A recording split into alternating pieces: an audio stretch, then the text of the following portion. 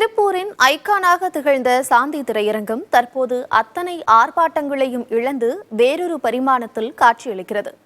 ஒருவர் தனது தொழிலை முடித்துக் கொண்ட இடத்தில் மற்றொருவர் புதிய தொழிலை துவக்கியிருக்கிறார். என்ன அது பார்க்கலாம்.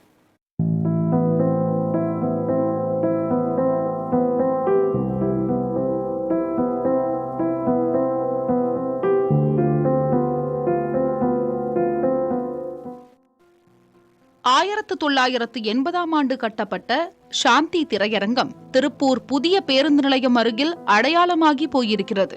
தமிழகத்தின் பல்வேறு பகுதி திரைப்பட ரசிகர்களும் ஓரளவு அறிமுகமான இடம்தான் சாந்தி திரையரங்கம்.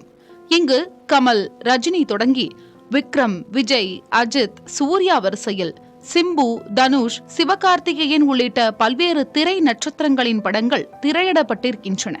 ஒவ்வொரு நடிகரின் ரசிகர்களும் ஒவ்வொரு விதமாய் திரையரங்கை ஆராதிப்பார்கள் என சிலாகிக்கும் திரையரங்க உரிமையாளர் ரங்கதுரை இதற்கு மேல் நடத்த முடியாது என்பதால் அதை வாடகைக்கு விட்டிருப்பதாக தெரிவித்தார்.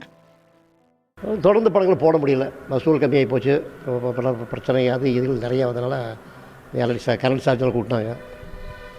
அப்புறம் ஆடியன்ஸில் குறைஞ்சாங்க. இந்த டிவி கவர் பாடி நெட்டில் படம் பார்க்குற சொல்லி குறைஞ்சி வச்சு போட்டுவேன்.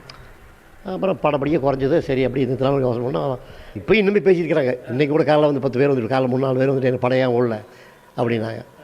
நிறையா இருக்கிறாங்க, இன்னும் நிறைய பேர் கேட்டுகிட்டே இருக்கிறாங்க, ஃபோன் பண்ணி கேட்குறாங்க, நிறைய விசாரிக்கிறாங்க, எல்லாம் பண்ணிட்டு இருக்கிறாங்க. ஒன்றும் பண்ண முடியாது.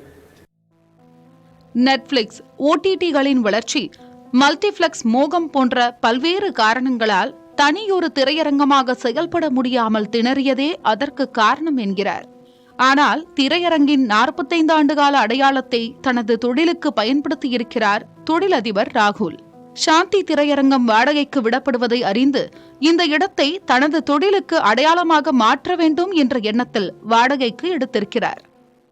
சாந்தி தேட்டர்னா திருப்பூரில் தெரியாதவங்கன்னு இல்லைங்க, தமிழ்நாட்டிலே பாதி பேருக்கு எல்லாத்துக்குமே தெரியும். திருப்பூர்லேருந்து வெளியில் போனவங்க முதற்கொண்டு எல்லாத்துக்குமே சாந்திங்கிறது ஒரு காமன் நேம். சென்னையில் சாந்தி இருக்குது, திருப்பூரில் சாந்தி இருக்குது. எல்லா பக்கமே இது ரொம்ப வருஷமாக ரன் பண்ண 40 வருஷம் 45 வருஷம் ஒரு ஹெரிட்டேஜ் இருக்குங்க. ஒரு பெரிய கன்சர்ன், ஒரு பெரிய லெகசி ரன் பண்ணுவாங்க.